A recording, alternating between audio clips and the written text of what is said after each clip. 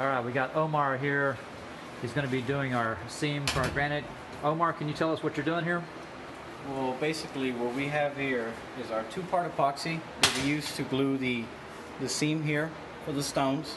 And you can see, basically what we're going to do is just fill in the gap that's in there.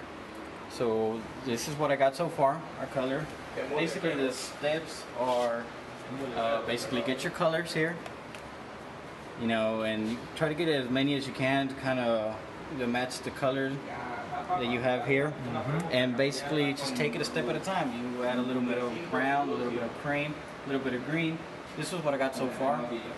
How much do you actually add to the show me how much do you actually add at a time when you're adding the coloring? So basically what we add, you don't want to overdo it, so you basically add minimal, barely anything. Oh my gosh, can you see that in the video? That barely anything, because tiny. anything more than this could change your color drastically. Oh, okay.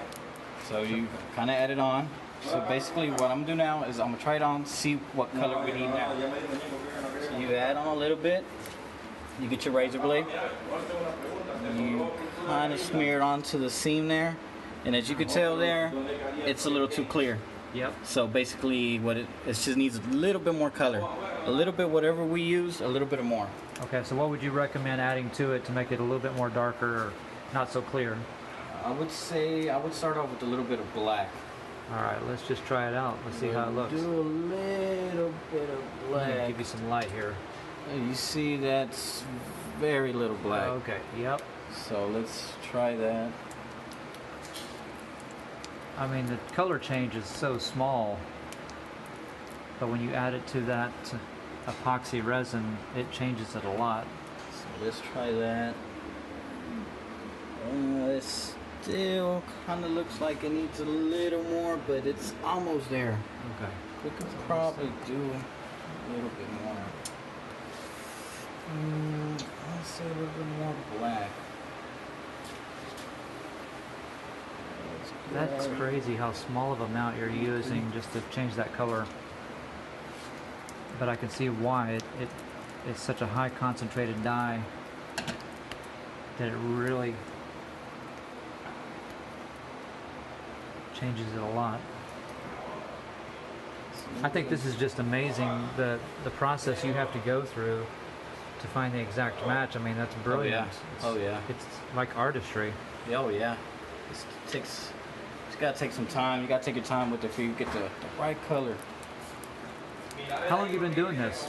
I would say about 10 years, 9 to 10 years. Well, it definitely shows. I mean, I've seen guys been doing this for 20 years and don't even come close to what you're doing.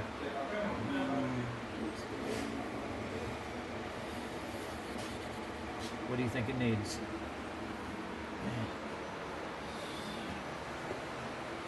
A little bit more cream. A little cream? A little bit of cream, a little bit more brown, just a little bit more color. Do a little bit of gray maybe. Yeah. So it's just about trying. Yeah. Just a little bit amounts though. I guess if you mess up, you can just start all over again. Yeah, that's the beauty about this. Until you add the hardener, which, how long does it take to set up for the hardener? Once you add the hardener, it's usually, for this amount of kidney, you probably do like a dime size, and that will dry up within like 3 minutes. 3 minutes is solid.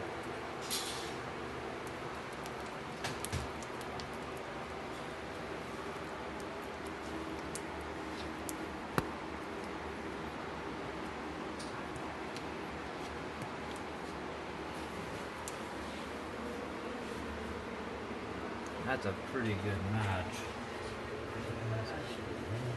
Looks like it has a little bit gray in it. Yeah, a little bit more cream. Maybe even white. Well, thank you for showing us how you do this process. I'm sure you're going to get the right color because you guys did an amazing job on the other part of the kitchen, the other seams. So, thanks again, Omar, and we're going to let you get back to work. Thank you, sir.